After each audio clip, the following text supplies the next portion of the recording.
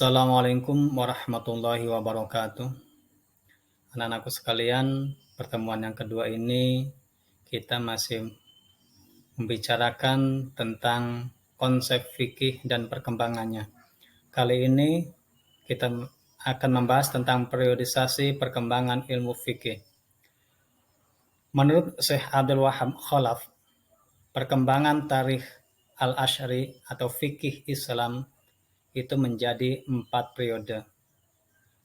Dari zaman Rasulullah SAW, periode sahabat, periode tadwin, dan periode taklid. Berikut akan kita jelaskan. Anak-anakku sekalian, periode pertama pada perkembangan ilmu fikih adalah periode Nabi Muhammad SAW. Kita ketahui bahwa Nabi adalah sebagai sumber selain dari Al-Quran.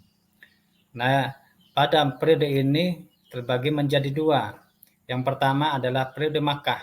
Periode pertama ini periode di mana Nabi menetap dan berkedudukan di Makkah kurang lebih selama 12 tahun. Pada periode ini belum nampak embrio usul fikih karena ayat-ayat yang turun berkisar masalah akidah atau ketauhidan. Nah, pada periode yang kedua adalah periode Madinah. Pada periode Madinah ini sudah mulai mengatur tentang hukum pranata sosial karena ayat-ayat yang turun berhubungan dengan hal tersebut.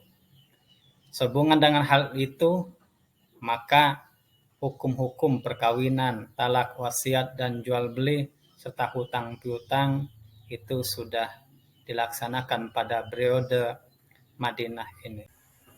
Ciri dari periode Madinah ini bahwa Rasul memberi peluang kepada sahabat untuk berijtihad ketika menghadapi masalah, mengajarkan prinsip bermusyawarah atau ijma, dan juga memunculkan penggunaan ra'i atau akal pikiran.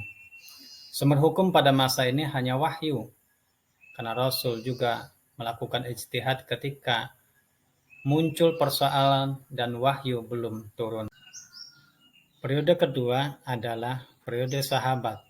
Periode kedua ini berkembang setelah Nabi Muhammad SAW wafat dan berakhir pada Muawiyah bin Abi Sufyan ketika menjadi khalifah pada tahun 41 Hijriah.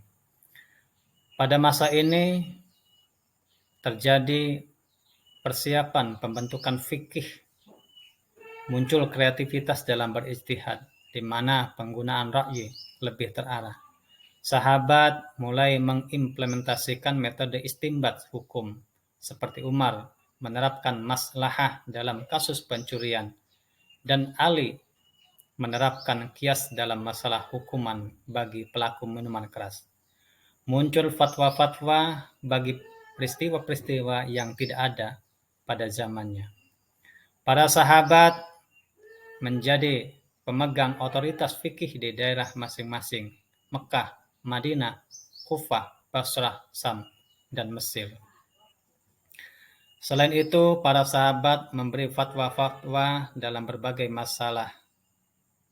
Yang kejadian-kejadian tidak ada nas yang jelas mengenai masalah itu.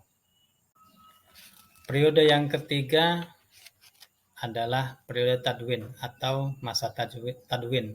Terjadi pada masa dinasti atau keruntuhan Daulah Umayyah yang digantikan oleh Daulah Abbasiyah. Pada periode ini muncul pusat-pusat intelektual Hijaz seperti Mekah dan Madinah, Irak, Kufah dan Basrah, dan Syria atau Sam.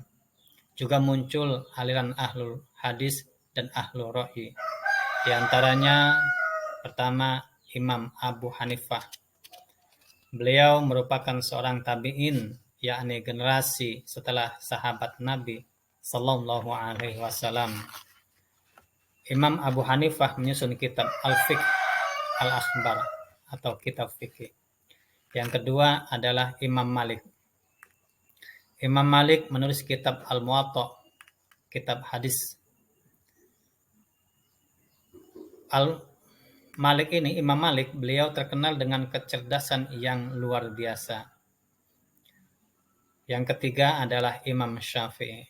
Beliau adalah Abu Abdillah Muhammad bin Idris Asy-Syafi'i Al-Muttalibi Al-Quraisy, seorang mufti besar Sunni Islam dan pendiri mazhab Syafi'i. Beliau menulis Ar-Risalah atau usul fikih dan kitab Al-Um atau fikih. Yang terakhir adalah Imam Ahmad bin Hambal menyusun Musnad atau kitab hadis. Nah, sumber hukum Islam pada masa ini adalah Al-Quran, hadis, ijma, dan qiyas. Anak-anakku sekalian, ini periode yang terakhir atau periode taklid atau masa taklid. Nah, pada periode ini tampak kemunduran beristihad atau himmah dari ulama untuk melakukan ijtihad mutlak mulai melemah. Tidak ada lagi ulama yang mampu menjadi mujtahid mutlak. Mereka taklid pada ulama mazhab sebelumnya.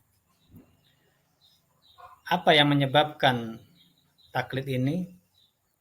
Yaitu keterbelengguan akal pikiran sebagai akibat hilangnya kebebasan berpikir. Pada masa ini, ulama beraktivitas untuk mempropagandakan mazhab dan aliran mereka masing-masing. Mereka menulis kitab-kitab yang menjelaskan keistimewaan imam mereka masing-masing dan memfatwakan bahwa orang muqallid tidak boleh menggabungkan dua mazhab.